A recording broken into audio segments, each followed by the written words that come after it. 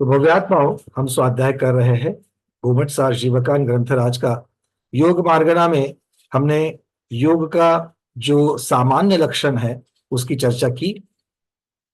योग के कुछ भेदों को, निमित्त की अपेक्षा से जो भेद बनते हैं उनकी भी चर्चा हमने की। यहाँ पर एक प्रश्न उठा, पंडित रतनचंद जी मुख्तार जी अपने टीका में बहुत सुंदर प्रश्न उठाते हैं कि योग जो है वो किस प्रकार का भाव है। योग किस प्रकार का भाव है। भाव प्रवृत्ति सब जगह पर चलती है, गुणस्थान में भी हमने देखी थी। ये भी एक छोटी सी, बहुत थोड़ा सा हम लोगों को समझ में आए और अनेकांतवाद से आद्वाद की भी चर्चा हो गए, इसलिए ये प्रश्न उठाया है यहाँ पर कि योग किस प्रकार का भाव है। जीव के भाव कितने प्रकार के होते हैं, कौन जल्दी जल्दी बताइए। योग जीव के भाव, 5 भाव, कौन बताइए।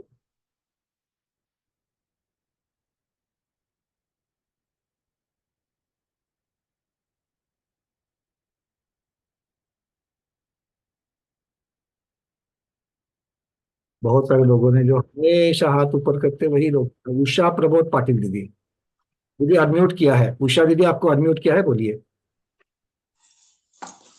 औदयिक भाव, हम्म, क्षायिक भाव, क्षायोक्षमिक भाव, औक्षमिक भाव और पारिणामिक भाव। बहुत सुंदर, बहुत सुंदर। तो चलिए, आप जानते हैं,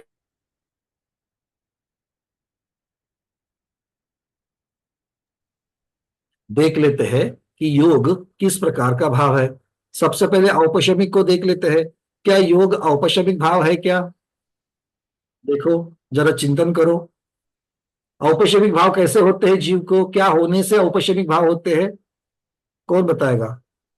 अरविंद जी बताइए, औपशमिक भाव कैसे होते हैं जीव को?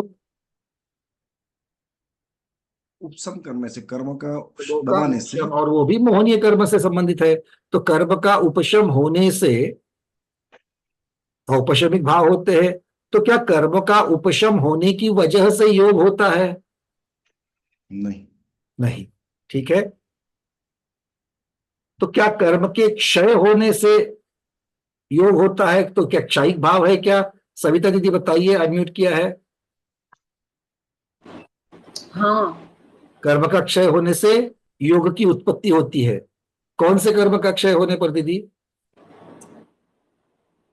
मोहिनी कर्म का क्षय हो जाएगा तब खाली योग रह कर्म का जाएगा। क्षय होगा तब योग की उत्पत्ति होती है। अगर ऐसा मानेंगे तो मोहनीय कर्म का क्षय कब होता है? 10वें गुण स्थान में हो जाता है। 10वें गुण स्थान के अंत में। पर उसके पहले भी तो योग, पहले गुण स्थान से योग। हाँ, वैसे तो है पहले गुण स्थान से, पर जो तो है, मतलब है तो है ना। तो ऐसा तो नहीं कह सकते हैं कि भाई कर्म के क्षय होने के बाद में या मोहनी कर्म के क्षय के बाद में योग की उत्पत्ति होती है। तो कौन से कर्म के क्षय से योग की उत्पत्ति होती है? ऐसा लग रहा है, देखो 148 प्रकृतियां हैं हमारे पास। तो क्या किसी के भी क्षय करने से ऐसा लग रहा है क्या कि योग की उत्पत्ति होती है?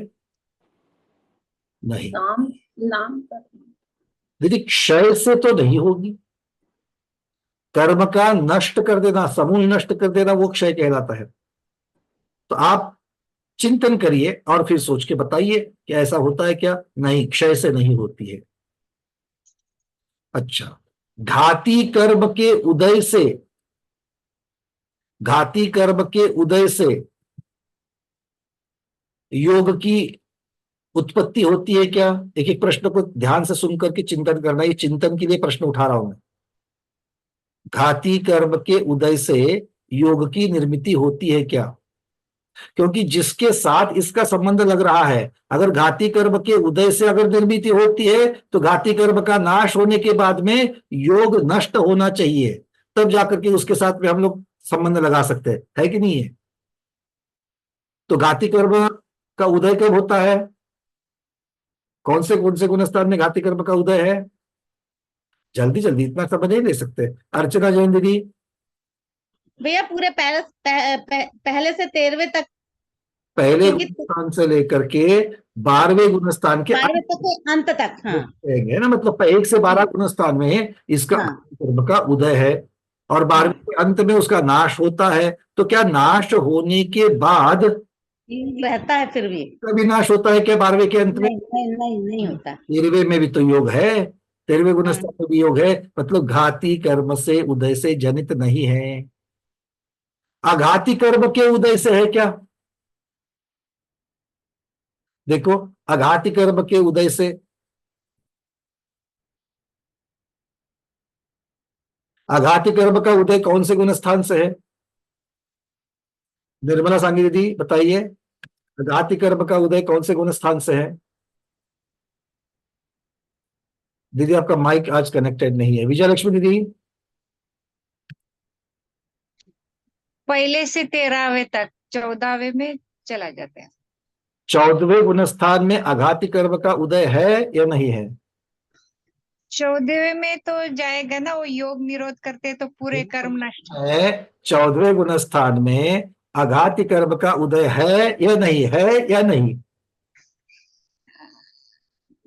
नहीं है, शायद नहीं है भी नहीं भी, मतलब आधे में है आधे में नहीं है, ऐसा हो सकता है। देखो, क्योंकि योग निरोध तो 13वें के अंत में योग निरोध होता है, तो फिर 14। पूछा ही नहीं आपको, हम आघाती कर्म के उदय के बारे में पूछ रहे हैं।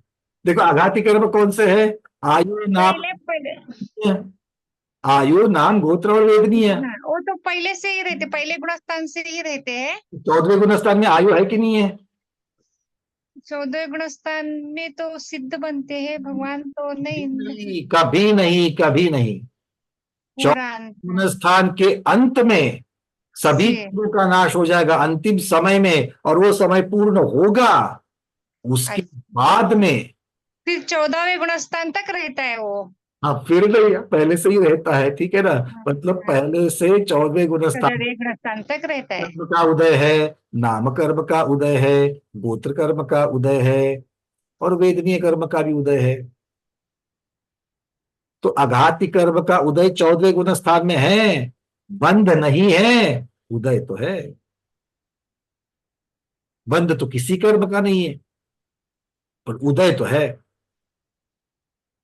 देखो, 14वें गुणस्थान में अंतिम 2 समय में कर्मों का नाश हो रहा है, 85 प्रकृति का। पर 14वां गुणस्थान क्या 2 समय का है? बहुत सारे समय का है। वो तो कहने के लिए है अ ई उ री री, इतना लघु अक्षर का, पर उसमें भी बहुत सारे समय हो जाते हैं। तो उन बहुत सारे समयों में से अंतिम समय तक आयु कर्म का उदय है कि नहीं है? हाँ, इसका मतलब है कि अघाती कर्म का जब तक उदय है, तो क्या आघाती कर्म के उदय से अगर हम योग का संबंध लगा देंगे, तो 14वें गुणस्थान में आघाती कर्म तो है किंतु योग नहीं है। 14वें गुणस्थान में योग है क्या? नहीं। तो आघाती कर्म से संबंध लगा सकते क्या? नहीं लगा सकते। आघाती कर्म पहले था, पहले गुणस्थान से लेकर के 13वें गुणस्थान तक था, योग भी था। पर 14वें में आघाती कर्म है किंतु योग नहीं है, तो इनका संबंध सीधे सीधे नहीं लगेगा। आचार्य भगवान यहां पर कह रहे हैं कि योग को कथनचित पारिणामिक भाव कहा जा सकता है। कथनचित, कर्मों से संबंधित ना होने की वजह से। अभेद रूप से देखा जाए, कर्म से संबंधित नहीं है। क्यों? मनवचन काय की क्रिया है। प्रधानता से द्रव्य योग की बात चलती है, तो मनवचन काय की क्रिया की बात चलती है। अब उसके कारण की चर्चा करें, द्रव्य योग का कारण कौन है? भाव योग। और भाव योग में किसकी बहुलता है, किसकी प्रधानता है? उद्गल विपाकी देहोदयेन, शरीर नाम कर्म की उदय की वहां पर विवक्षता है। उस अपेक्षा से शरीर नाम कर्म के उदय से योग का, भाव योग जो कारण है द्रव्य योग का, वो बनता है। उस विवक्षा से, उस अपेक्षा से योग को औदैहिक कहा गया है। और द्रव्य योग की अपेक्षा से देखा जाए तो अब सिर्फ द्रव्य योग की तरफ उसके कारण वगैरह की चर्चा नहीं है, तो वो किसी कर्म से संबंधित नहीं है। इसी कर्म से संबंधित मतलब कर्म की क्रिया, क्षय उपशम आदि की क्रियाओं से वो संबंधित नहीं है, इसीलिए कथनचित वो पारिणामिक है।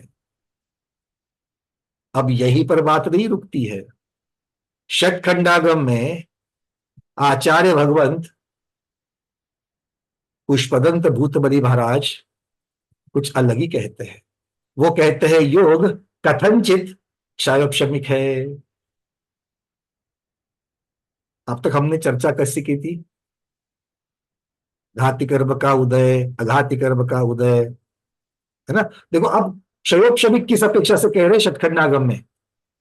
आचार्य भगवान कहते हैं क्षयोपशमिक लब्धि से जीव मनोयोगी, वचन योगी और काय योगी होता है। तो शंका आ गई, जिज्ञासा उठ गई, क्या है? अब उन्हीं की भाषा में, आदम की भाषा में पहले पढ़ लेते हैं। क्या कहते हैं देखिए, जीव प्रदेश के संकोच और विकोच अर्थात परिस्पंदन रूप योग है।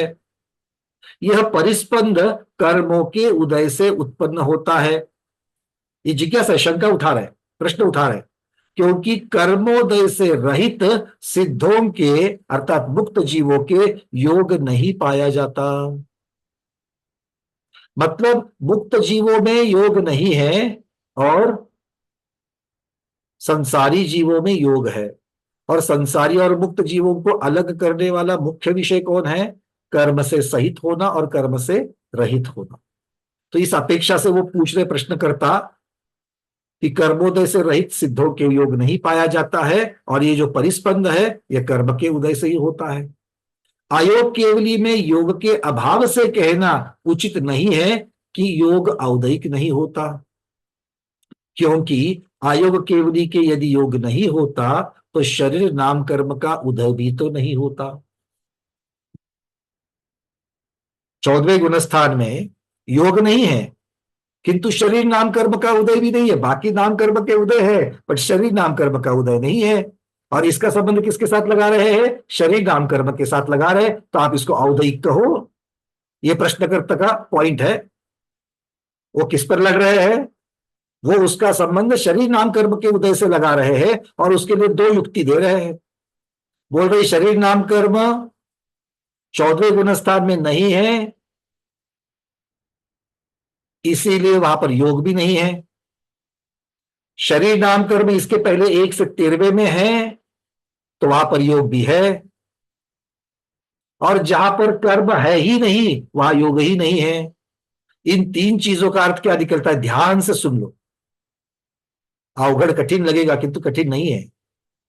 एक तो शरीर नाम कर्म के साथ में, उसके उदय के साथ में संबंध लगाया, इसको कैसे सिद्ध कर दिया? 1 से 13वें गुणस्थान में शरीर नाम कर्म भी है, योग भी है। 14वें में शरीर नाम कर्म नहीं है, योग भी नहीं है।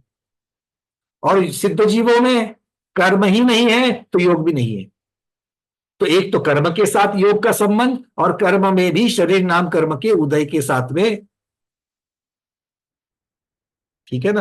अब यहां पर शरीर नाम कर्म का उदय नहीं है 14वें गुणस्थान में, इसका अर्थ क्या लेना? शरीर पुद्गल नहीं है ऐसा नहीं है, तो वहां पर शरीर की निर्मिति नहीं होती है। क्योंकि शरीर नाम कर्म के उदय से क्या होगा?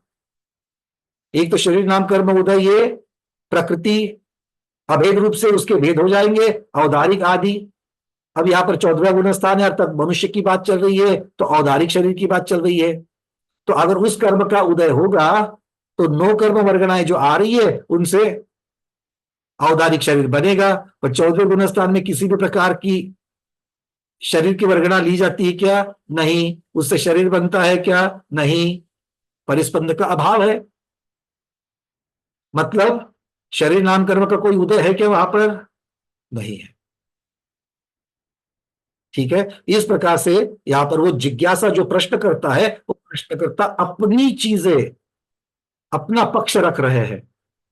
अब आचार्य कहेंगे, तो आगे कहते हैं शरीर नाम कर्म के उदय से उत्पन्न होने वाला योग उस कर्मोदय के बिना नहीं हो सकता, अगर ऐसा नहीं मानेंगे तो अति प्रसंग दोष उत्पन्न आ जाएगा। इसीलिए जब योग को औद्योगिक आपने सिद्ध कर दिया इसके पहले, तो अब उसको क्षायोपशमिक क्यों कह रहे हो? क्योंकि जो कर्म के उदय से होता है वो कर्म के क्षयोपशम से कैसे होगा? नीरज जी, किसी चीज का सत्व रहना और उदय रहना दोनों में फर्क है। क्योंकि उदय का अर्थ क्या है? फल देना। सत्व तो रह सकता है, बिल्कुल रह सकता है। ठीक है, चलिए। तो आचार्य भगवान को यहां पर उत्तर दे रहे, प्रश्नकर्ता ने प्रश्न पूछा अपना अपना पक्ष रखते हुए कि उन्होंने अपने पक्ष के साथ में उन्होंने कुछ वहां पर तर्क बताए कि इस तर्क के आधार पर योग औदयिक सिद्ध होता है, आप इसको क्षायोपशमिक क्यों कह रहे हो? तब आचार्य प्रश्न भगवान उत्तर दे रहे हैं, ऐसा नहीं है। क्योंकि जब शरीर नाम कर्म के उदय से शरीर बनने के योग्य बहुत से पुद्गल का संचय होता है और वीर्यांतरा कर्म के सर्वघाती स्पर्धकों के उदयाभाव से और उदी स्पर्धकों के सत्वोपशम से तथा देशघाती स्पर्धकों के उदय से उत्पन्न होने के कारण क्षायोपशमिक वीर्य बढ़ता है, तब उस वीर्य को पाकर चूंकि जीव प्रदेश का संकोच विकोच बढ़ता है, इसीलिए योग क्षायोपशमिक है। पूरी की पूरी क्षायोपशम की प्रक्रिया बता दी। देखो, जब आप शरीर नाम कर्म के उदय की बात कहते हो और योग को उसके साथ जोड़ते हो तो वो तो एकांत हो जाएगा। अकेला एक ही कारण मानोगे तो अकेला एक ही कारण है क्या? शरीर नाम कर्म के उदय हो गया तो शरीर नाम कर्म के उदय से क्या होगा? आत्मा के पास शक्ति आएगी। किस चीज की? आत्म प्रदेशों में परिस्पंदन करने की शक्ति आएगी और उन परिस्पंदन के द्वारा कार्य क्या होगा? कर्म नो कर्म वर्गना को खींचने का कार्य होगा। ठीक है, पर यह शक्ति हर जीव में एक समान होती है क्या? याद करो, एकांतानुवृत्ति योग, नरक से आने वाला जीव मनुष्य में जब आ रहा है तब वो परिस्पंदन फास्ट फास्ट फास्ट करता है और स्वर्ग से आने वाला जीव कम कम कम कम कम धीरे धीरे करता है। ये हमने देखा था पर्याप्ति के प्रकरण में। मतलब हर एक जीव की परिस्पंदन करने की जो शक्ति है वो समान है क्या? नहीं है। तो एक है कारण, मतलब मेरे पास 5 कुएं हैं। कुएं कुएं बावड़ी समझते हैं? बावड़ी, कुआ, हाँ, प्रतिभाधारी जिसका जल निकाल करके जीवानी करके पीते हैं। नहीं, बहुत सारे लोगों को मालूम नहीं इसलिए बता, कुआ भूल गए सब लोग। हाँ, 5 कुएं हैं मेरे पास और उसके अंदर से पानी निकालने के लिए उसमें 5 मोटर लगी हुई है। उसमें 5 मोटर लगी है, अलग अलग, प्रत्येक में एक एक लगी है। अब क्या है कि ये कुएं जो है ना, उनकी गहराई कम ज्यादा है। कुओं की गहराई कम ज्यादा है क्योंकि पानी जहां तक लगता है वहीं तक तो उसको खोदते हैं। जहां पर पानी आ गया वहां पर खोदना रोक देते हैं। इसका मतलब पानी गहराई में, कितनी गहराई में लगता है उसके ऊपर से कुएं की बावड़ी की गहराई कम ज्यादा हो जाती है। तो जब किसी कुएं में जल बहुत गहरा है, किसी कुएं में जल ऊपर ही ऊपर में है, किसी में और बीच में है, तो अगर उसकी ऊंचाई गहराई जो है पानी की अगर कम ज्यादा है तो उसके ऊपर बने लगे हुए जो पंप है उनकी कैपेसिटी भी कम ज्यादा होगी या नहीं होगी खींचने की? अगर कुएं समझ में नहीं आ रहे हैं तो आजकल के अपार्टमेंट ले लेना। एक बिल्डिंग है 40 मंजिला अपार्टमेंट, दूसरी है 10 मंजिला। दोनों की टंकियां कहां पर है पानी की? टॉप फ्लोर है ना, छत पर है। और पानी कहां से आएगा उन टंकियों में चढ़ाने के लिए? नीचे, है ना। तो आप पंप कहां लगाओगे? नीचे वाली टंकी में पंप लगाओगे और वहां से पानी कहां पर चढ़ाया जाएगा? ऊपर वाली टंकियों में चढ़ाया जाएगा, है ना। तो एक 40 मंजिला वाली टंकी है, दूसरी बिल्डिंग है, दूसरी 10 मंजिला वाली है, तो दोनों में एक ही प्रकार का पंप लगेगा क्या? एक ही प्रकार की शक्ति का, एक प्रकार का मतलब शक्ति का।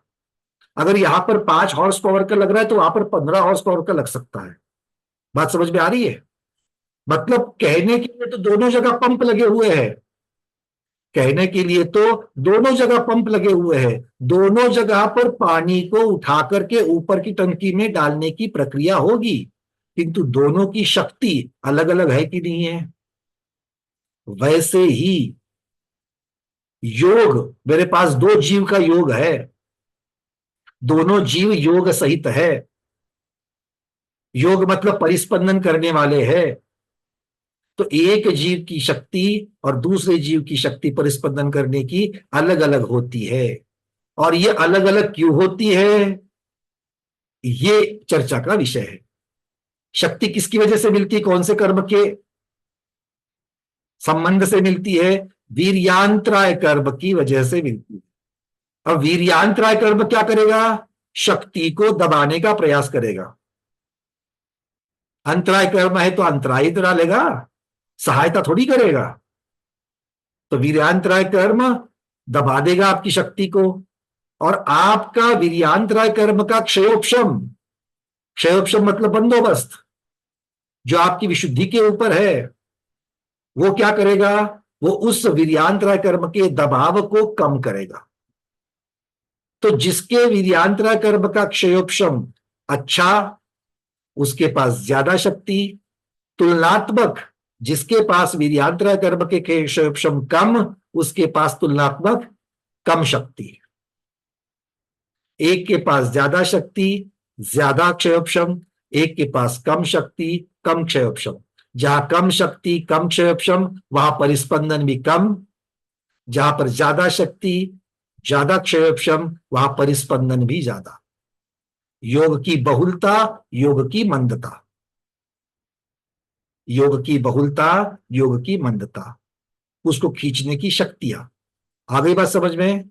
चूंकि ये क्षयोपशम की क्रिया से संबंधित है और कर्म के क्षयोपशम की क्रिया से संबंधित है, इसीलिए योग जो इससे कार्य होने वाला है वो कार्य क्षयोपशमिक कहलाएगा। और प्रक्रिया में और क्षयोपशम में हमको मालूम है क्या होता है? सर्वघाती कर्मों का, सर्वघाती प्रकृति का उद्याभावी क्षय। उद्याभावी क्षय मतलब क्या? उद्याभावी क्षय मतलब क्या? लीला जैन दीदी, उद्याभावी क्षय मतलब क्या? मतलब अभी उनका उदय नहीं। उद्याभावी क्षय का अर्थ ये नहीं होता उनके स्पर्धकों का दीदी। याद आ रहा है कि वो धनुर्धर प्रत्यंजा खींचे वाला, हाँ प्रत्यंजा को ढीला छोड़ देगा, बाण छोड़ने के समय तो बाण उतना लंबा जाएगा क्या? जाएगा। तो उद्याभाविक है मतलब उद्याभावी इस समय क्षय उदय में मतलब नहीं। उदय में आते वक्त उसकी शक्ति क्षीण हो जाती है, कर्म की फल देने की शक्ति कम हो जाती है, इसको उद्याभावी क्षय कहते हैं। और सर्वघाती प्रकृति का ही सत उपशम। अवस्थारूप उपशम। अब सत अवस्थारूप उपशम कौन कहेगा? सत अवस्थारूप उपशम किसको पता है? शोभाज मेरा दीदी, सद अवस्थारूप उपशम किसे कहेंगे? याद नहीं है? पंकज जी, हाँ महाराज जी। सद अवस्था रूप उपशम माने सत्ता में तो है, नष्ट नहीं हुआ और अनुदय भी नहीं है, उपशम अवस्था को प्राप्त हुआ है, कालांतर में जाकर के उदय में आने वाला है। अभी तो जो क्या है उपशम भाव को प्राप्त हुआ है, माने दबा हुआ है, जिसको अपन कह सकते हैं। सत्ता से च्युत भी नहीं हुआ है, अपना सत्व भी नहीं खोया हुआ है, सत्व को नहीं खोते हुए भी अभी उदय में नहीं है, उपशम पने को प्राप्त हुआ है, उसको सद अवस्था रूप उपशम कह सकते हैं। बहुत बढ़िया। मतलब आत्मा में लगा तो है, आत्म प्रदेशों में उपलब्ध तो है, किंतु अभी इस समय उदय में नहीं है, उस समय फल नहीं दे रहा है। इसका मतलब क्या है? उसका फल नहीं मिल रहा है। तो पहले वाले का फल क्षीण कर दिया ना के बराबर, और दूसरे का अब तो उदय में ही नहीं है तो हो गया। और देशघाती स्पर्धकों का उदय, तो थोड़ा बहुत उस कर्म का कार्य चल रहा है। ठीक है, इस प्रकार की तीनों का यहाँ पर चर्चा होती है। तो ये तीनों चर्चा कैसे कह रहे हैं आचार्य भगवान? वीर्यांतराय कर्म के सर्वघाती स्पर्धकों का उद्याभावी क्षय, उन्हीं सर्वघाती स्पर्धकों का सत्वोपशम अर्थात सद्भाव जो उपशम है, सद अवस्था उपशम है वो, और उसी के देशघाती स्पर्धकों के उदय होते हुए जो योग की निर्मिति होती है, योग उत्पन्न होता है, इसीलिए क्षयोपशमिक कहा गया है। तो वीर्यांतराय कर्म के क्षयोपशम से योग की शक्ति कम ज्यादा होती है, ये भी उसकी उत्पत्ति में कारण है। इसीलिए आचार्य भगवान यहां पर कथनचित, ये सारे अपनी अपनी विवक्षा, कौन सी अपेक्षा से आप कथन कर रहे हो, उन अपेक्षाओं से कथन है। तो हमें 3 उत्तर मिल गए। कथनचित योग पारिणामिक है, कथनचित योग औदयिक है, और कथनचित योग क्षयोपशमिक है। शरीर नाम कर्म के उदय की वजह से औदयिक है, वीर्यांतराय कर्म के क्षयोपशम की वजह से क्षयोपशमिक है। ये दोनों भी भाव योग की अपेक्षा से द्रव्य योग में इनका उपचार करके वर्णन है। और जब अभेद रूप से सिर्फ द्रव्य योग की अपेक्षा से जब वर्णन होता है, तब द्रव्य योग में किसी भी कर्म की उत्पत्ति का कारण नहीं होने की वजह से या कर्म का संबंध नहीं होने की वजह से उसको पारिणामिक कहा गया है। ये सार समझ में रहेगा, याद रहेगा? चलिए, बहुत बढ़िया। प्रश्न है इसके ऊपर, मीनाक्षी दीदी पूछिए। नमस्ते महाराज, वंदना भैया जी। और 12वें गुण स्थान तक क्षमिक कहा जाएगा, 13वें में उदय से शरीर नाम कर्म किया, और 14वें में पारिणामिक कहा जाएगा। ठीक, देखो 12वें गुण स्थान तक क्षयोपशम की प्रक्रिया चलती है। वीर्यांतराय कर्म में बिल्कुल बहुत सुंदर दीदी आपका चिंतन गया। तो 12वें गुण स्थान के अंत तक ये सारी प्रक्रिया वीर्यांतराय वगैरह की जो क्षयोपशमी जो कहा गया है, वो वहां पर उसको क्षयोपशमी कहेंगे। 13वें गुण स्थान में उसको पहले भी औदयिक कह सकते थे, पहले से 13वें गुण स्थान तक उसको औदयिक कह सकते हैं। ठीक है, बहुत बढ़िया। और 14वें गुण स्थान में उसको पारिणामिक कह सकते हैं। बहुत बढ़िया। तो इस प्रकार से इसका भी वर्गीकरण इस तरीके से आ सकता है। सुंदर। चलिए विजयलक्ष्मी दीदी, आपका कोई प्रश्न है क्या? आपने हैंड रेज किया है। नहीं, एक्चुअली वो शरीर नाम कर्म के उदय से उसको कहते हैं 14वें गुण स्थान में ना, उदय नहीं रहता शरीर नाम कर्म का। तो हाँ, तो मुझे ऐसा पूछना था, असाता वेदनी कर्म का भी उदय नहीं रहता है ना 14वें गुण स्थान में? साता का तो रहता है। तो हम ऐसा, वो अलग कर्म होता है ना, असाता वेदनी का तो अलग कर्म हो गया ना। ये ना, हाँ, मूल प्रकृति एक ही है, और उसका योग का क्या संबंध है? नहीं, पर शरीर नाम कर्म से मतलब कि शरीर नाम कर्म को क्यों लिया, वीर्यांतराय को क्यों लिया? क्योंकि भाव योग में ये दोनों की सहकारिता है। जो द्रव्य योग के उत्पत्ति का कारण भाव योग है, भाव योग में इन दो कर्मों का सहकारिता है, इसीलिए दो कर्म के आधार पर बात चल रही है। बाकी कर्मों का तो इनसे संबंध ही नहीं है। मोहनीय कर्म का नहीं है, गोत्र कर्म का नहीं है, आयु कर्म का नहीं है, दर्शनावरण ज्ञानावरण कर्म का नहीं है, वेदनीय कर्म का इनसे इस योग की उत्पत्ति में संबंध नहीं है। इसलिए उन कर्मों की चर्चा ही नहीं है, क्योंकि हमें यहाँ पर कर्म का संबंध है या नहीं है। अगर कर्म का संबंध कहीं किसी भी कर्म का संबंध नहीं है तो पारिणामिक, अगर कर्म का संबंध है तो किस कर्म का और किस प्रक्रिया का, उदय का है तो औदयिक, क्षयोपशम से है तो क्षयोपशम। इतना सीधा हिसाब है। अच्छा, ठीक है, मेरे को समझ में नहीं आया कि शरीर नाम कर्म के उदय से वो उधर 14वें गुण स्थान में कैसा लिया, बाकी के कर्म फिर तो वो समझ में नहीं आया मेरे को, क्या कनेक्शन है? पहले से 13वें गुण स्थान तक शरीर नाम कर्म का उदय है कि नहीं है? है। और वहां पर योग भी है कि नहीं है? मतलब शरीर योग है। तो क्या शरीर नाम कर्म का उदय और शरीर नाम कर्म के परमाणु आत्मा में होना, सिर्फ होना, ये दोनों अलग चीजें हैं। एक परमाणु सिर्फ आत्मा में लगे हुए है, उनका अभी उदय नहीं है किसी अवस्था में, तो अपना फल भी नहीं देंगे। करेक्ट। पर वो नाश को प्राप्त हो जाएंगे, क्षय को प्राप्त हो जाएंगे। 1 से 13वें गुण स्थान तक अगर देखेंगे तो उनका सत्व भी है, वो तो बात जुदा है, किंतु उनका उदय भी हो रहा है। और उदय होने की वजह से शरीर बन भी रहा है। चौथे गुणस्थान में शरीर नहीं बनता, ना नो कर्म वर्गणा आती है ना कर्म वर्गणा आती है। क्यों? क्योंकि योग ही नहीं है। अच्छा योग नहीं है, योग क्यों नहीं है? द्रव्य योग नहीं है। अच्छा द्रव्य योग नहीं है, क्यों नहीं है? भाव योग नहीं है। भाव योग क्यों नहीं है? तो उसके दो सहकारी कारण थे, एक वीर्यान्तरा कर्म का क्षयोपशम, वो तो खत्म हो चुका 12वें के अंत में ही। दूसरा है शरीर नाम कर्म का उदय, उसका तो उदय है ही नहीं 14वें गुणस्थान में।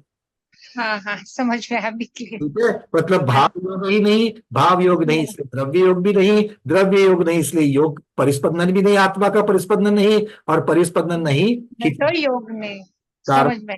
और नौकर्म वर्गना नहीं होती है। चलिए लीला दीदी आपका कोई प्रश्न है? फिर हम अगली गाथा की तरफ जाएंगे। शरीर कर्म नाम का उदय है तभी तो आयु है ना उनकी। दीदी शरीर नाम कर्म और आयु कर्म अलग है ना। एक आयु कर्म है, मनुष्य आयु चल रही है, उनका तो उदय है, वो तो अंतिम समय तक रहेगा। शरीर नाम कर्म का और आयु का कैसे संबंध लगाएंगे? मतलब भाव योग है इस हिसाब से उसको मानना है क्या? योग वगैरह छोड़ दीजिए, मूल में ही नाम कर्म और आयु कर्म दोनों अलग है कि नहीं है?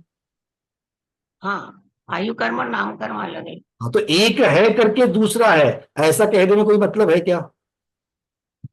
पर आयु कर्म किस निमित्त से? शरीर सामने दिखना, इसका अर्थ ये नहीं ये शरीर क्या है, ये अभी जो मेरा शरीर दिख रहा है वो क्या इस समय में शरीर नाम कर्म का उदय चल रहा है? इस समय में वर्तमान में एक समय को रोक लेना और उसकी तरफ देखना, तो वर्तमान एक समय में शरीर नाम कर्म का उदय है, उस एक समय के उदय की वजह से मेरा पूरा शरीर बना हुआ है क्या? नहीं, ये तो पहले से बनते बनते बनते बनते पुद्गल पिंड का संजय हो गया है।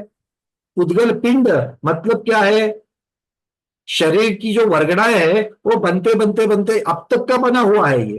तो इस समय में क्या बना? इस समय में जितनी वर्गणाएं नो कर्म की आई उतना ही इस समय में बना। तो आयु है तो अभी उसको क्या बोलेंगे? आयु तो है ही है। आयु तो आपने जितने परमाणु बांध करके लाए थे वो प्रति समय नीचे खिल रहे हैं, तो जब तक वो सारे के सारे खत्म नहीं होते तब तक तो आयु कर्म का उदय है ही है। ग्रहण कुछ नहीं कर रहे हैं इसलिए इस अपेक्षा से। हाँ ग्रहण कुछ नहीं कर रहे हैं इस अपेक्षा से। आयु के साथ में तो बुद्धिमान आयु के साथ में तो कुछ नहीं हो रहा है, उसको तो सिर्फ भोगा जा रहा है ना। क्योंकि जो अगली आयु बनेगी वो तो अगले भोग के लिए है, इस भोग की आयु का क्या?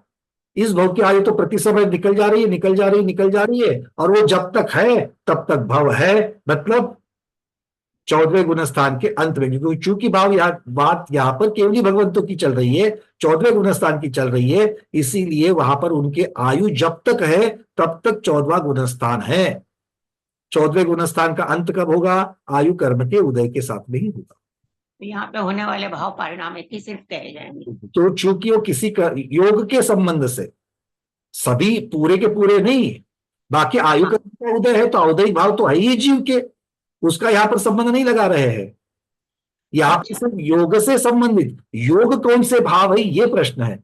14वें गुणस्थान में जीव के कौन कौन से भाव है ये प्रश्न यहाँ पर नहीं है। अगर वैसा प्रश्न होता तो फिर आप कह सकते कि भैया यहाँ पर एक भाव है ना, कथनचित घाती कर्म के क्षय से क्षयिक भाव भी है, आप इस प्रकार से आप कह सकते हो। किंतु ये योग की अपेक्षा से वर्णन है, योग कौन सा भाव है, तो योग को हमको योग कौन कौन सा भाव है वो उसकी पर्याय की अपेक्षा, गुणस्थानों की अपेक्षा से 3 उत्तर मिलते हैं, वो तीनों की चर्चा हमने कर ली। ठीक है, चलिए बहुत बढ़िया। वनिता दीदी। नमस्ते आचार्य श्री वंदना भैया। भैया जी 14वें गुणस्थान में योगों का अभाव है, फिर पारिणामिक भाव कैसे बनेगा? योग का अभाव है तो पारिणामिक भाव कैसे बनेगा?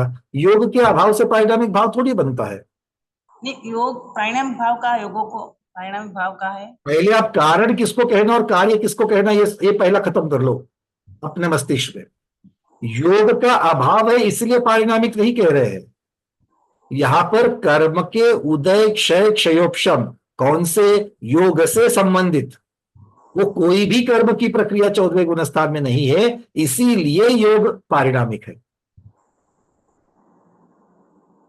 बात समझ में आ रही है? योग को पारिणामिक होना, योग का पारिणामिक होना ये कार्य है, और इसका कारण क्या है?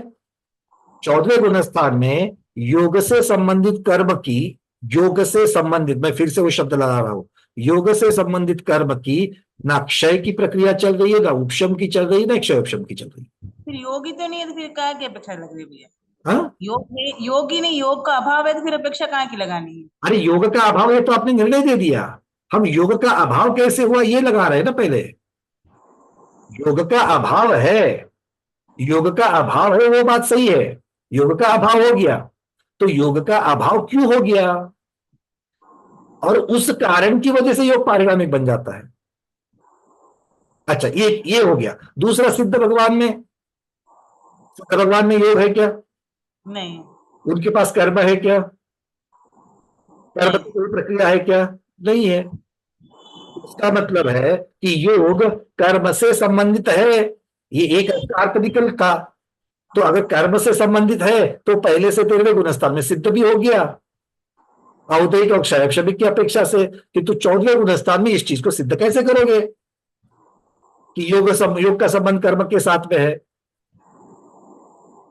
तो चूंकि शरीर नाम कर्म के उदय के साथ में पहले से 13वें गुणस्थान में ये भी सिद्ध हुआ था कि पहले से 13वें गुणस्थान में कर्म के उदय की अपेक्षा से यहां पर होता है, इस प्रकार की प्रक्रियाएं कुछ भी 14वें गुणस्थान में नहीं है, इसलिए वहां पर पारिणामिक कहा गया ठीक।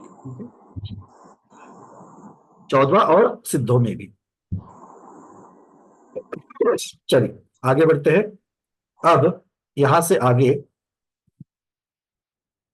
आचार्य भगवान हमें, ये तो सामान्य लक्षण की अपेक्षा से सब वर्णन चल रहा था, अब विशेष लक्षण शुरू हो जाएंगे। सबसे पहले मनोयोग और वचन योग, इनकी चर्चा चलेगी, और काय योग की गाथाएं आगे आएगी। तो मन योग और वचन योग से संबंधित 3 गाथाएं पहले योग का विशेष लक्षण बताने के लिए हमें आ रही है। तो उन 217, 218 और 219 इन 3 गाथाओं को हम लोग क्रम क्रम से देख लेते हैं। पहले तीनों का पठन करेंगे और फिर एक एक गाथा का शब्दार्थ करेंगे।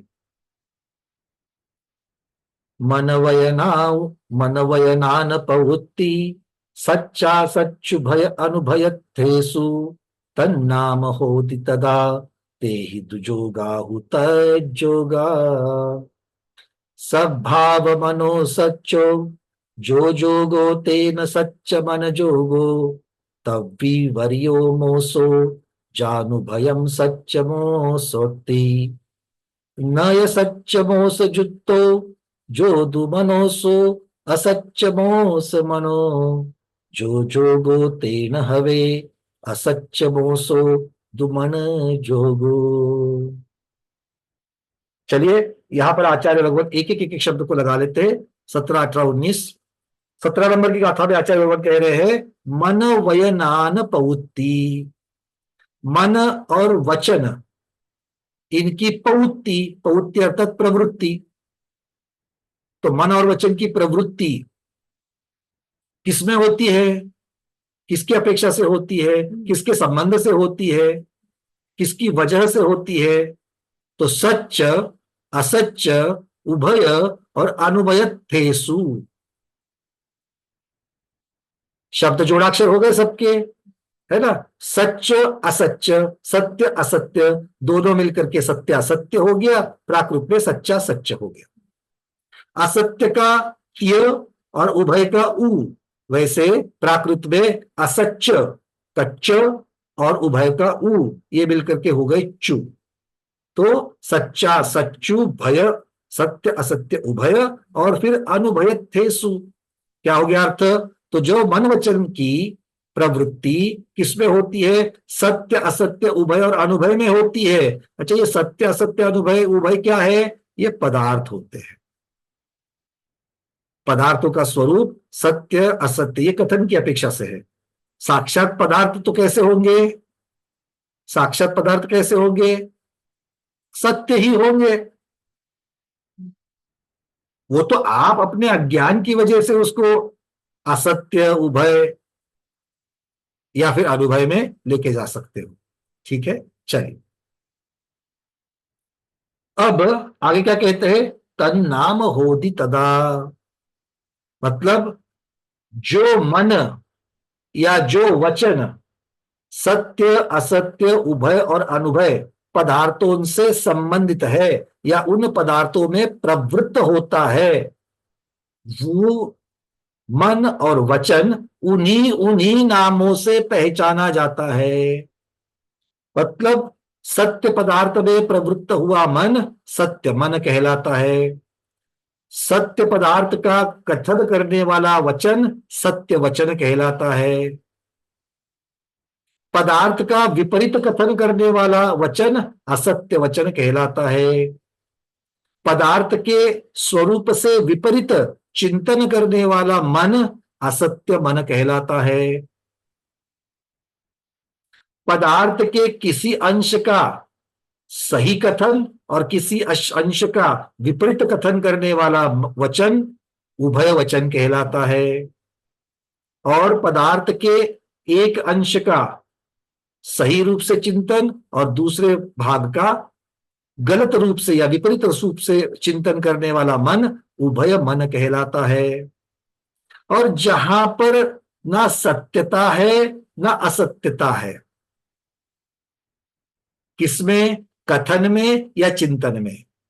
पदार्थ के कथन या चिंतन में जब ना सत्यता होती है और ना असत्यता होती है, बड़ा ये विचार करने की योग्य बात होती है। हम लोग सत्य असत्य उभय ये तीन तक ही जाते हैं जनरली, ऐसा चौथा भी होता है जो ना सत्य है ना असत्य है। आप बोलोगे जब सत्य भी नहीं और असत्य भी नहीं तो दुनिया में क्या रह जाएगा? नीचे क्या रह जाएगा? अनुभय रह जाएगा। ठीक है, तो उसे कहते हैं अनुभय। उभय का विरुद्ध क्या होता है? अनुभय। अनुभय तो तन्नाम होदि तथा मतलब क्या है? उस मन और वचन को उस नाम से पुकारा जाता है। और ते ही दुजोगाहु तज्जोगः, और उन पदार्थों के निमित्त से जो योग होता है वो उस नाम वाला योग होता है। मतलब सत्य मन की वजह से होने वाला योग सत्य मनोयोग, सत्य वचन की अपेक्षा से होने वाला योग सत्य वचन योग, इस प्रकार से लगा लेना। गाथा का अर्थ समझ में आ रहा है, शब्द का अर्थ समझ में आ रहा है, बड़ा सरल है। आचार्य भगवान कह रहे हैं पदार्थ का चिंतन और पदार्थ का कथन करने की प्रवृत्ति अगर सत्य असत्य उभय और अनुभय ऐसी होगी, या यूं कहिए जो चिंतन और जो कथन सत्य पदार्थ का असत्य पदार्थ का उभय पदार्थ का और अनुभय पदार्थ का हो, वो उन्हीं उन्हीं नामों से जाना जाता है और उनसे संबंधित योग भी उन्हीं उन्हीं नामों से जाने जाते हैं। ठीक है, ये 217 नंबर की गाथा का शब्दार्थ हो गया। 218 नंबर का क्या है? भावार्थ विशेषार्थ को हम बाद में देखेंगे। 218 में क्या कह रहे हैं? सब भाव मनो सच्चो, सब भाव सद्भाव उपस्थिति अस्तित्व, इसको सद्भाव कहते हैं। तो जो सद्भाव है सो सच्चो, वो सत्य है। जो उपस्थित है जो साक्षात है वो सत्य, और उस संबंधी मन सब भाव मनो सच्चो। तो जो पदार्थ सत्य पदार्थ है, जो पदार्थ उपस्थित है साक्षात है, उसके संबंधित जो चिंतन है वो सत्य मन कहलाता है। और आगे जो जोगो तेन सच्च मन जोगो, उस सत्य मन से संबंधित जो योग होता है वो क्या कहलाता है?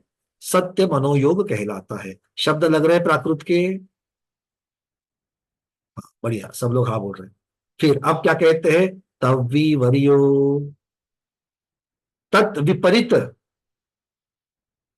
तद्विवर्यो मतलब तत् विपरीत, किसके विपरीत? अब तक जो कहा गया, मतलब जो सत्य मन की बात कही गई उससे विपरीत क्या होगा? असत्य। तो सत्य पदार्थ की जगह पर असत्य पदार्थ होगा, तो असत्य पदार्थ की अपेक्षा से होने वाला योग असत्य मनोयोग कहा जाएगा, और सत्य मनोयोग सत्य मन से होने वाला योग सत्य मनोयोग। चलिए, तो इससे विपरीत जो है यहां पर मोसो शब्द आ गया। तद्विवर्यम मोसो, मोसो मतलब मृषा, मृषा मतलब झूठ, झूठ मतलब असत्य। मृषा शब्द आया था क्या कभी पहले? कहीं पर मृषा शब्द सुना था क्या? ना बोलने वाले इतनी जल्दी हार नहीं मानना। आप सबने मृषा शब्द को सुना है, हमारे साथ सुना है, बहुत चर्चा भी करी है। दीपा दीदी बता देना जरा, मृषा शब्द कहां पर आया था?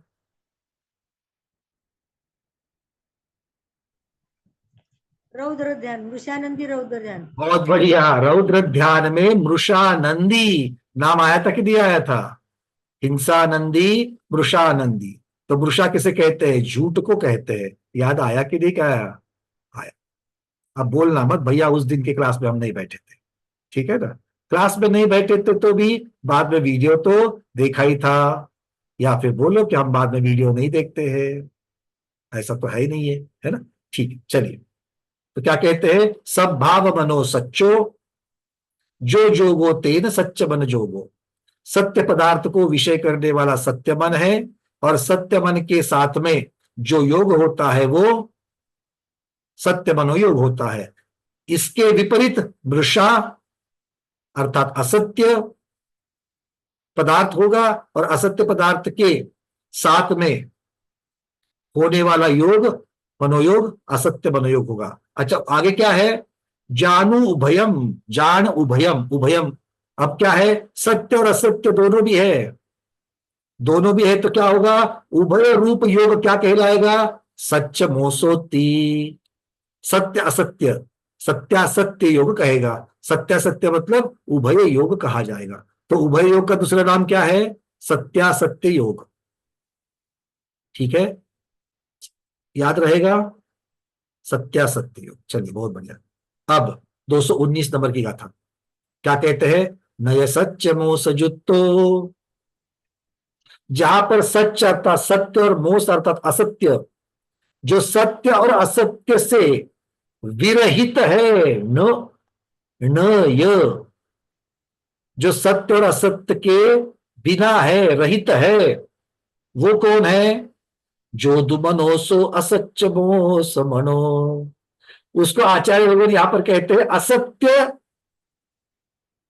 झूठ, असत्य मृषा मन कह रहे हैं। क्या कह रहे हैं? असत्य मृषा। अ शब्द सत्य के साथ और अ शब्द मृषा के साथ लगेगा। जो असत्य है मतलब सत्य नहीं है, और जो अमृषा है मतलब जो झूठ भी नहीं है। तो जो सत्य नहीं है, जो झूठ नहीं है, वो क्या है? असत्य मोस मनो मतलब वो अनुभय है। और जो जोगो तेन हवे, इनसे संबंधित जो योग है वो भी क्या कहलाएगा? असत्य मोसो दुमन जोगो। वो योग मनोयोग असत्य अमृषा योग कहलाएगा। पंकज जी, हाँ महाराज जी। ये सत्य असत्य उभय और अनुभय, ये जो चार भेद मनोयोग संबंधी अथवा वचन योग संबंधी किया गया है, इसके लिए अपन उदाहरण एक आध्यात्मिक भी दे सकते हैं। असत्य के लिए शरीर को आत्मा समझना अथवा शरीर को जीव समझना, यह असत्य हो गया। और शरीर को भौतिक पदार्थ से निर्मित समझना, माने पुद्गल जन्य मूर्तिक पदार्थ है, शरीर स्व आत्मा नहीं है, यह सत्य हो गया। और सत्यासत्य माने उभय की अपेक्षा इसको अपन यूं घटा सकते हैं कि व्यवहार नहीं की अपेक्षा शरीर आत्मा है, लेकिन निश्चय नहीं की अपेक्षा शरीर यह आत्मा नहीं है, यह उभय हो गया। बिल्कुल, इसका और भी हम उदाहरण लेंगे महाराज जी, क्योंकि ये उदाहरण तो आपने सही बिल्कुल बहुत अच्छा सुंदर दे दिया। इसके साथ में और भी हम कुछ उदाहरण लेंगे और उसके ऊपर हम लोग एक्सरसाइज भी करेंगे। चलिए, तो ये 217, 218 और 219 तीन गाथाओं के द्वारा मनोयोग की चर्चा यहाँ पर हो रही है। ठीक है, सत्य असत्य उभय और अनुभय, बात समझ में आ गई? नीचे चार्ट में भी आपको दिखाया गया है। तो इतना सारा टेक्स्ट जिसको नहीं पढ़ना है 2 महीने 6 महीने के बाद में, वो सिर्फ चार्ट को देख लेंगे। ठीक है, अरे हाया ना। हाँ, मतलब अगर सिर्फ चार्ट को देखने वाले हैं तो टेक्स्ट रखे कि नहीं रखे पीडीएफ में? तो आपने अभी तो हाँ बोला कि हम सिर्फ चार्ट ही देखेंगे। नहीं है। चलिए कोई बात नहीं, पहले चार्ट देखना, चार्ट समझ में नहीं आएंगे तो फिर टेक्स्ट को पढ़ लेना। ठीक है, इस प्रकार से रख सकते हैं। अब देखो, पहले भी हमने इसकी चर्चा करी कि कुछ उदाहरण लेकर के आगम में जो उदाहरण आए हैं, केशववर्णी जी हो, रतंजन मुख्तार पंडित जी हो, उन्होंने जो लिए है, पहले हम उनका संदर्भ लेकर के चर्चा करेंगे और फिर अपने रोजमर्रा के कुछ उदाहरण को लेकर के भी हम इस विषय को पक्का करेंगे। ठीक है, चलिए फिर देखिए आचार्य भगवान क्या कह रहे हैं यहां पर। मैं आपके सामने एक दूसरा चार्ट रख रहा हूं अभी। पहले पदार्थ, क्योंकि यहां पर सारी चीजें आचार्य भगवान ने बताई है, तो मन और वचन को सत्य मन या सत्य वचन क्यों कहा? क्योंकि वो सत्य पदार्थ को विषय कर रहे हैं। वो असत्य पदार्थ को विषय करेंगे तो उन्हीं को असत्य कहा जाएगा। वो उभय पदार्थ को विषय करेंगे, मतलब पदार्थ के चार भेद हो रहे हैं। सत्य, असत्य, उभय और अनुभय, ये पदार्थ के चार भेद हो रहे हैं। और चूंकि ये पदार्थ के चार भेद हो रहे हैं, इनका चिंतन करने वाले मन के चार भेद और इनका कथन करने वाले वचन के चार भेद हो रहे हैं। बात पक्की है? और कौन से पदार्थ है? मीठे है कि नमकीन है कि तीखे है कि चटपटे है? कौन से पदार्थ है ये? अरे बोलो, क्या हो गया ना, बीच में रविवार आ गया था, भूल जाता हूं मैं। तो बता तो दो, पदार्थ मतलब ये क्या है? सत्य, असत्य, उभय, कौन से पदार्थ, किसकी चर्चा चल रही है ये? कौन से पदार्थ की चर्चा चल रही है? बहुत बढ़िया, अंजू पांड्या दीदी कहिए। 6 द्रव्यों की भी है। देखो दीदी, पूरा पूरा बताओ, आप टुकड़े टुकड़े में बताओगे तो मैं भटक जाऊंगा। जी जी भैया, द्रव्य मतलब गुण और पर्यायों के साथ वस्तु का पूरा कथन करना, उसके स्वभाव का कथन करना, वो पदार्थ है। वो तो फिर द्रव्य हो जाएगा। और तत्व वस्तु के स्वभाव का गुण पर्याय के साथ और वस्तु के चारों गतियों संबंधी, मतलब जीव के समस्त पदार्थों का ग्रहण करना। आपके माध्यम से मैं सबको रिमाइंड कर रहा हूं फिर से, पिछली बार हमने लिखवा के भी दिया था आप सब लोगों को। पदार्थ शब्द आते ही सबसे पहले लगाना जानने योग्य। जानने योग्य द्रव्य जो अपने गुण पर्याय और स्वभाव सहित है, सारी चीज वो पदार्थ है। जानने योग्य द्रव्य अपने गुण पर्याय और स्वभाव सहित पदार्थ कहलाता है। मतलब ये सबसे छोटी व्याख्या हो जाएगी। ये आपको इतना ही बताना है, समझने वाले को समझ में आएगा कि आपने गोमट साथ जीवकांड पढ़ी है। ठीक है, चलिए बहुत बढ़िया। क्योंकि इसमें से एक एक चीज को रखोगे, सिर्फ गुण पर्याय को रखोगे तो द्रव्य हो जाएगा, सिर्फ भाव को रखोगे तत्व हो जाएगा। आ रही बात समझ में? और जानने योग्य और सारी चीजें करोगे तो पदार्थ हो जाएगा। तो फिर से चलते हैं, स्क्रीन शेयर कर रहा हूं मैं। सत्य के बारे में, तो सत्य पदार्थ कौन सा है? आचार्य भगवान कह रहे हैं सम्यक ज्ञान के विषयभूत अर्थ, अर्थात पक्के निर्णय के साथ जो जैसा है वैसा जानना, ये सत्य पदार्थ कहते हैं। सत्य पदार्थ को कैसे जानते हैं? जिस पदार्थ को जो जैसा है वैसा पक्के निर्णय के साथ जाना जाता है। अब चूंकि ये पदार्थ है इसीलिए जानना जानना जानना सब जगह पर आ जाएगा। ठीक है, तो पदार्थ की चर्चा करते तो जानना ये आना ही चाहिए, तभी तो वो बाकी से अलग करेगा। तो क्या कह रहे हैं आचार्य भगवान? सम्यक ज्ञान के विषयभूत अर्थ। अब सम्यक ज्ञान का विषय क्या होता है? सम्यक ज्ञान का विषय क्या होता है? सम्यक ज्ञान किसकी वजह से सम्यक ज्ञान हो गया है? चलो जरा इसकी चर्चा हो ही जाए। तत्वार्थ सूत्र प्रथम अध्याय, पहला सूत्र। सम्यक ज्ञान सम्यक किसकी वजह से हो गया? ज्ञान तो पहले भी था जीव के पास, हा या ना? लब्ध पर्याप्त निगोदिया के पास ज्ञान है कि नहीं है? पर वो सम्यक है क्या मिथ्या है? मिथ्या है। तो ज्ञान तो था, आगे चल करके संगी पंचेंद्रिय जब बन गया तब जाकर के बोले उसको सम्यक दृष्टि हो गया वही जीव। और फिर सम्यक दृष्टि बनते ही उसका ज्ञान सम्यक ज्ञान हो गया। तो ज्ञान सम्यक किसकी वजह से होता है? सम्यक दर्शन की वजह से होता है। ठीक है, रात में कोई उठा करके पूछे तो भी, क्योंकि हम ये अब आप जो निचली कक्षाओं को पास करके अब तक यहां तक आए हैं ना, वो सब निचली कक्षा के प्रश्न आपको पूछ रहे हैं। तो सम्यक ज्ञान सम्यक कैसे हुआ, या ज्ञान सम्यक कैसे होता है? सम्यक दर्शन की वजह से होता है। आचार्य भगवान कह रहे सम्यक ज्ञान के विषयभूत। विषयभूत मतलब क्या? सम्यक ज्ञान से जानने योग्य। तो सम्यक ज्ञान से हम क्या जानेंगे? ज्ञान से क्या जानते हैं? ज्ञान से क्या जानते हैं? पदार्थ को जानते हैं। ज्ञान से किसको जानते हैं? पदार्थ को जानते हैं। और सम्यक ज्ञान से कैसे जानते हैं? जो जैसा है वैसा जानते हैं, उससे विपरीत नहीं जानते। तो जानने की विधि सही है या गलत, यह सम्यकपना दिखाएगा। और जानना यह ज्ञान दिखाएगा। ये जानना ज्ञान का काम है, और सही जानना या गलत जानना यह आपके श्रद्धान की अपेक्षा से है। क्लियर है? आप बोलोगे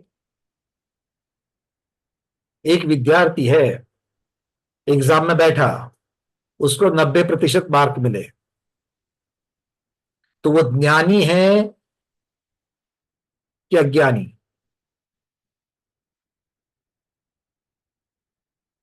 वो ज्ञानी है कि अज्ञानी? चलो थोड़ा सा प्रश्न को बदल लेते हैं। वो सम्यक दृष्टि है कि मिथ्या दृष्टि है? देखो ये विवक्षित वर्णन है, इसको आप फिर वस्तु सहावो धम्मो सच्चे वीतराग देवशास्त्र गुरु को जानते हैं कि नहीं जानते, वो सारी चीजें नहीं लाना यहां पर।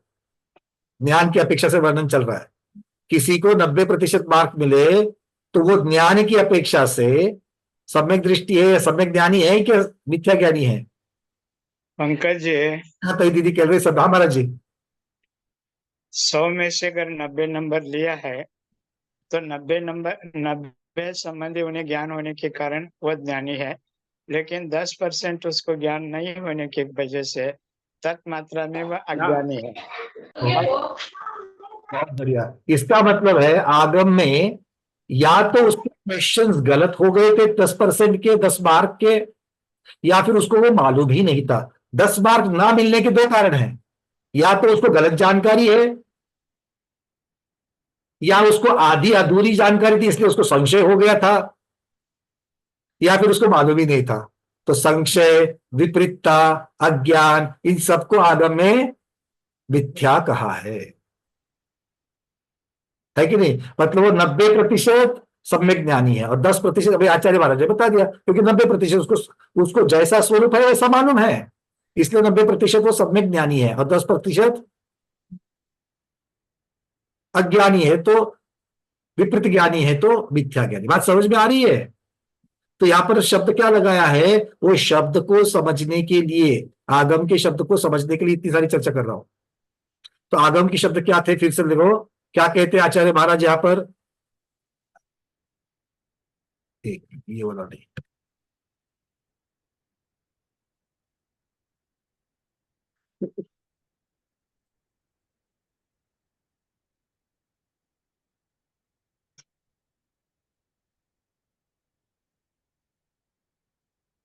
पहले हम पदार्थ के बारे में जानेंगे, तो इसके पहले का जो चार्ट है उसको देख लेते हैं। सम्यक ज्ञान के विषयभूत अर्थ अर्थात पक्के निर्णय के साथ। तो ये बहुत महत्वपूर्ण बात यहां पर कह रहे हैं कि सत्य को सत्य तब कहा जाएगा, या पदार्थ को सत्य तब कहा जाएगा जब उसके बारे में जो चिंतन है या उसके बारे में जो कथन है वो पक्के निर्णय के साथ हो रहा है, ठोस निर्णय के साथ हो रहा है। ये बिल्कुल महावीर भगवान की ही प्रतिभा है। अगर भगवान की प्रतिभा के ऊपर अगर शेर का लांछन है तो आप क्या कहोगे? ये पक्की महावीर भगवान की प्रतिभा है। कोई पूछेगा तो चंद्रप्रभ भगवान की लगती है तो आप क्या कहोगे? अभी आप देखो मुंडी के गर्दन झुकाकर आपका वक्त किस प्रकार से व्यक्त हो रहा है? नहीं नहीं, मतलब नहीं नहीं करने में क्या हो गया? पक्का निर्णय है कि नहीं है? मतलब जब आप महावीर भगवान की प्रतिमा ही ये जब पक्के निर्णय के साथ कह रहे हैं, वैसे ही जब नकार रहे हो चंद्रप्रभ भगवान की प्रतिमा का, वो भी पक्के निर्णय के साथ नकार रहे हो, हाँ या ना? मतलब हम हामी भी पक्के निर्णय के साथ भर सकते हैं और नकारना भी पक्के निर्णय के साथ कर सकते हैं। दोनों चीजें समझ में आ गई। बहुत बार हमारा मन नहीं मानता कि हम असत्य का निर्णय पक्का कैसे करते हैं, असत्य का निर्णय भी पक्का करते हैं। अब यहां पर आचार्य भगवान ने सत्य का एक उदाहरण दिया, जल को जल मानना, जल को जल मानना यह सत्य है। और असत्य मिथ्या ज्ञान के विषयभूत अर्थ। देखो सत्य और असत्य इन दोनों में फर्क क्या हो गया? बाकी तो पूरी की पूरी परिभाषा वही है। मिथ्या ज्ञान के विषयभूत अर्थ अर्थात पक्के निर्णय के साथ जो जैसा है उसके विपरीत जानना।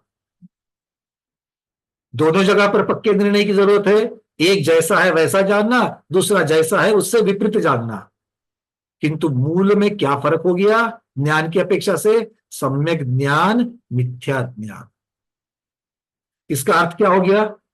बहुत महत्वपूर्ण शब्द बता रहा हूं मैं ये, और ये आपके लिए हमेशा के लिए याद रखने की चाबी है। जहां पर सम्यक ज्ञान की अपेक्षा से वर्णन है वो सत्य है, जो मिथ्या ज्ञान की अपेक्षा से वर्णन है वो असत्य है।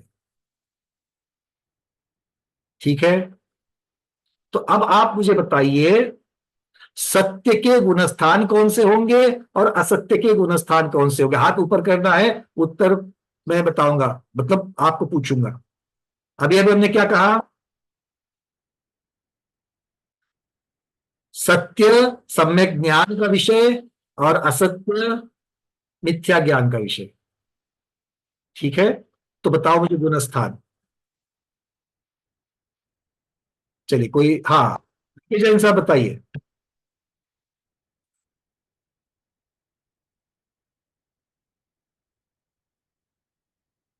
विकी जैन साहब आप अनम्यूट करिए पहले, हाँ फिर से अनम्यूट करो।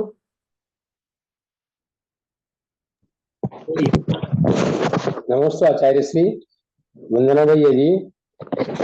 ये वैसे चौथे गुणस्थान से सम्यक हो जाता है, और सम्यक दर्शन होने के साथ ही जितना भी ज्ञान है वो सारा का सारा सम्यक ज्ञान हो जाता है।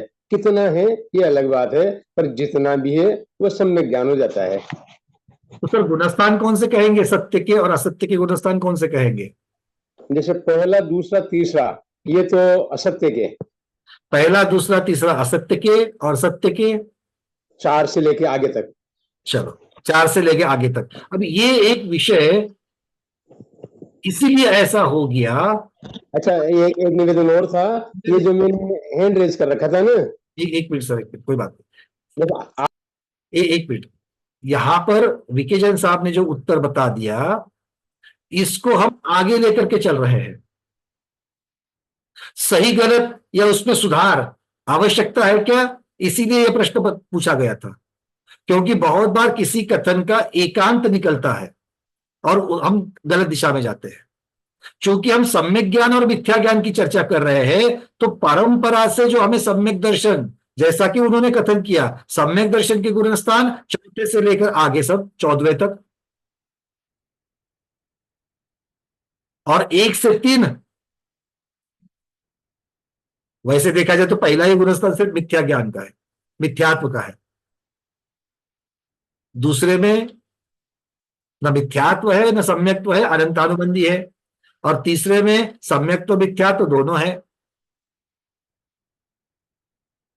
किंतु यहां पर हमें मिथ्यात्व शब्द से मिथ्यात्व प्रकृति नहीं लेनी है, क्योंकि ये गुणस्थान कर्म प्रकृतियों की अपेक्षा से बताए गए हैं। यहां पर वो विषय जो का त्यों नहीं आएगा, ये बताने के लिए मैंने आपको यहां पर रोका हुआ है।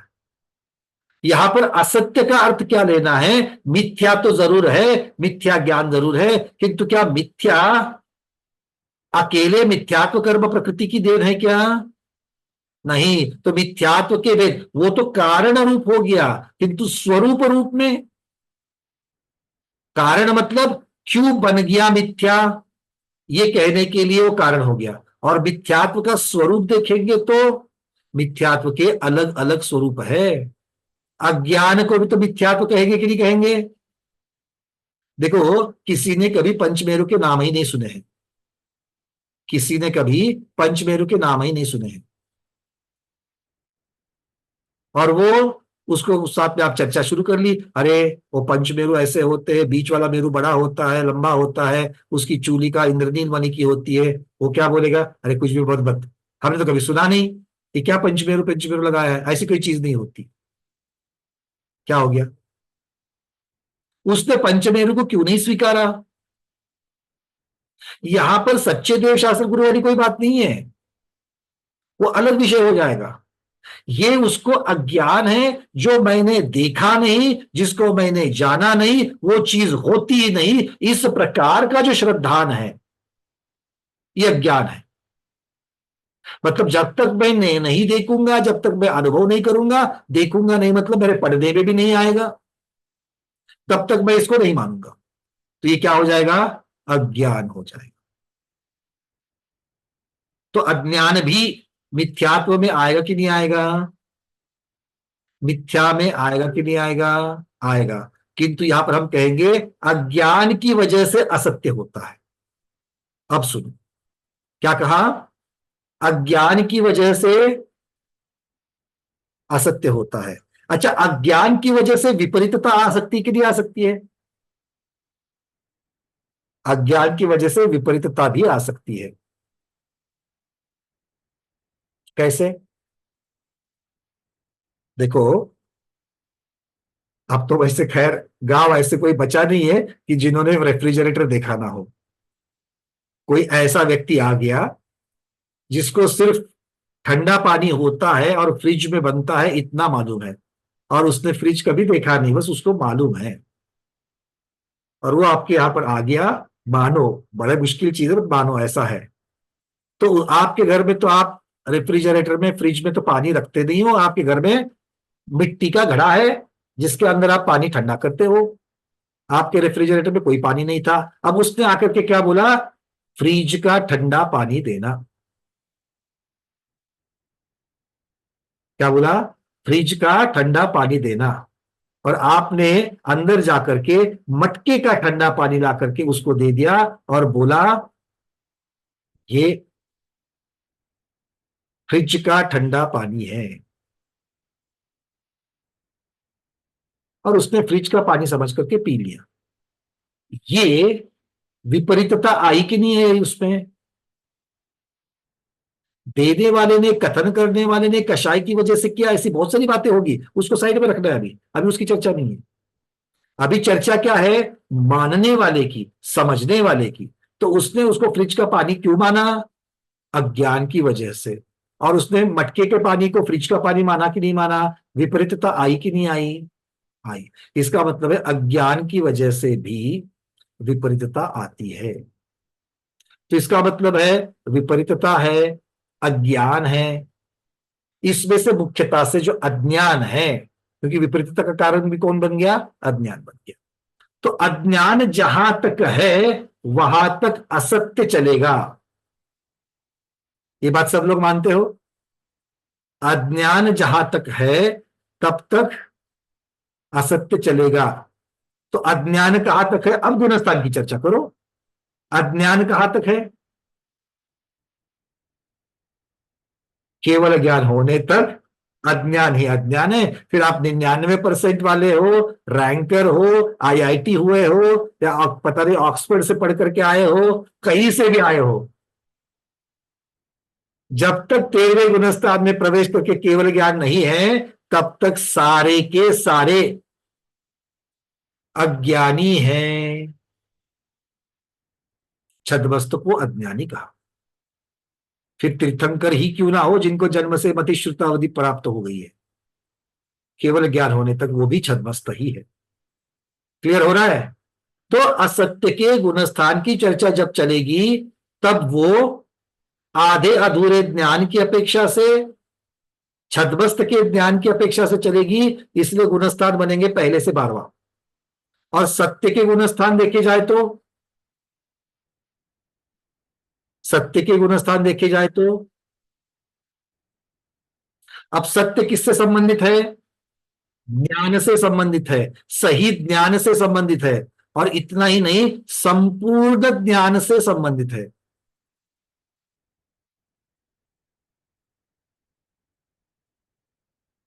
यहां पर हमें दो बातें मिलती है।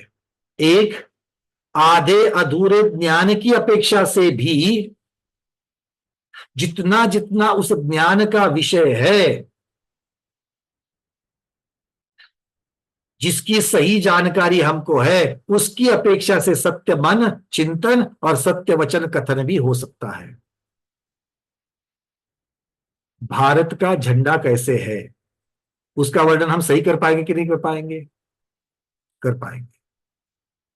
जैन धर्म का झंडा कितने वर्ण का होता है, इसका वर्णन हम सही कर पाएंगे, किस कर पाएंगे? मतलब छद्मस्त को भी इसका ज्ञान है कि नहीं है? है। क्या इसके लिए केवल ज्ञान होने की जरूरत है? नहीं है। मतलब क्या है कि छद्मस्त को अपने अपने ज्ञान की अपेक्षा से सत्य मन चिंतन और सत्य वचन कथन हो सकता है, अर्थात उसके गुणस्थान छद्मस्त अवस्था में भी पाए जाएंगे। अब महत्वपूर्ण प्रश्न, क्या मिथ्या दृष्टि जीव, श्रद्धान की अपेक्षा से जो मिथ्या दृष्टि है, क्या वो हमेशा अज्ञान में ही रहता है? 100% अज्ञान में रहता है क्या? नहीं। वो भी भारत का झंडा कैसा है बता सकता है,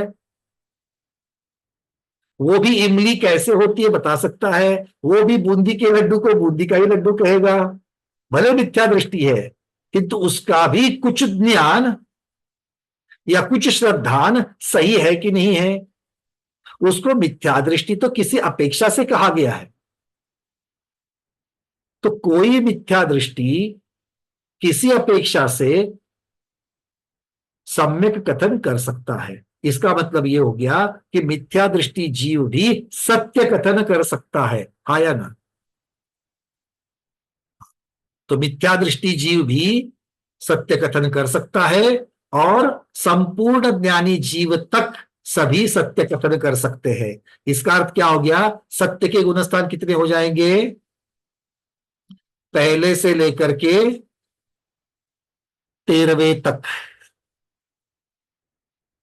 हाँ, आधे लोगों के चेहरे देखने जैसे हो गए। भैया 13 तक क्यों रुक गए, 14वें में क्यों लेके नहीं गए? क्या 14वें में झूठ चलता है? नहीं, झूठ तो 12वें में खत्म हो गया, और सत्य को हमने 13वें तक ही जाकर के रोक दिया। तो 14वें में सत्य क्यों नहीं? प्रश्न समझ में आ गया? सत्य के गुणस्थान 1 से 13, असत्य के गुणस्थान 1 से 12, ये बात समझ में आ गई। सत्य को 13वें में ही क्यों रोका, ये आपके लिए प्रश्न है। सत्य को 13वें में क्यों रोका? बहुत बढ़िया। चलिए, बिना बिना बिना दीदी बताइए। 1 मिनट, कहाँ चलेगा आपका वीडियो? 1 मिनट, बिना दीदी अनम्यूट करिए। हाँ बोलिए। जी वहां पर योग नहीं है, योग का अभाव है। योग नहीं है, बात हो गई, ठीक है, योग नहीं है, वचन है, मन है, चिंतन है। 14 गुण स्थान में मन वचन नहीं, नहीं, मैं पूछ रहा हूं, मुझे नहीं मालूम है कि नहीं, पूछ रहा। नहीं है। बहुत बढ़िया, क्योंकि यहां पर सारी बातें मन और वचन से संबंधित हो रही है। और 13वें गुणस्थान के अंत में मतलब तीर्थंकर प्रभु हो, केवली प्रभु हो, जो भी हो, सहयोग केवली भगवान तीसरे शुक्ल ध्यान के साथ मनोयोग और वचन योग, इन दोनों का भी नाश कर रहे हैं। कायोग का तो होता कि तो चर्चा मन और वचन की अपेक्षा से चल रही है। इसीलिए परिस्पंदन होने के लिए जो प्रवृत्ति चाहिए चिंतन की या वचन की, वो दोनों भी वहां पर नहीं है। और इसीलिए 14वें गुणस्थान की अपेक्षा से कोई भी सत्य असत्य, किंतु यहां पर सत्य असत्य अकेले नहीं है, सत्य और असत्य मन और वचन की अपेक्षा से है, इसीलिए 13वें गुणस्थान तक रखे हैं। अगर हम सत्य पदार्थ की बात करें तो सत्य पदार्थ को कौन कौन से जीव जानते हैं? पहले गुणस्थान से लेकर 14वें गुणस्थान तक के जीव जानते हैं। आयोग केवली भगवान द्रव्यों को जानते कि नहीं जानते? केवल ज्ञानी तो क्यों नहीं जानेंगे, है ना? ज्ञान की अपेक्षा से जानेंगे, और उसकी चर्चा यहां पर नहीं है। तो अर्थ क्या हो गया? अर्थ ये हो गया कि ये गुणस्थान 1 से 12 और 1 से 13 हो गए। तो ये सत्य और असत्य की चर्चा आज हमने करी। बस उभय और अनुभय को पूर्ण कर लेते हैं, समय पूरा हो चुका है। नहीं, इसको कर ही लेंगे क्योंकि समय पूरा हो चुका है, ज्यादा आगे नहीं बढ़ेंगे। तो चलो, आज हमने सत्य और असत्य की चर्चा करी। कल उभय और अनुभय पदार्थ की बात करेंगे और फिर कुछ उदाहरणों के साथ में आगे बढ़ेंगे। आज के स्वाध्याय में इतना ही रखते हैं। आज के स्वाध्याय को गुरुओं के श्री चरणों में बारंबार नमोस्तु वंदनामि इच्छाकार करते हुए यहीं पर समापन करते हैं। जैनम जयतु शासनम, जैनम जयतु शासनम, जैनम जयतु शासनम।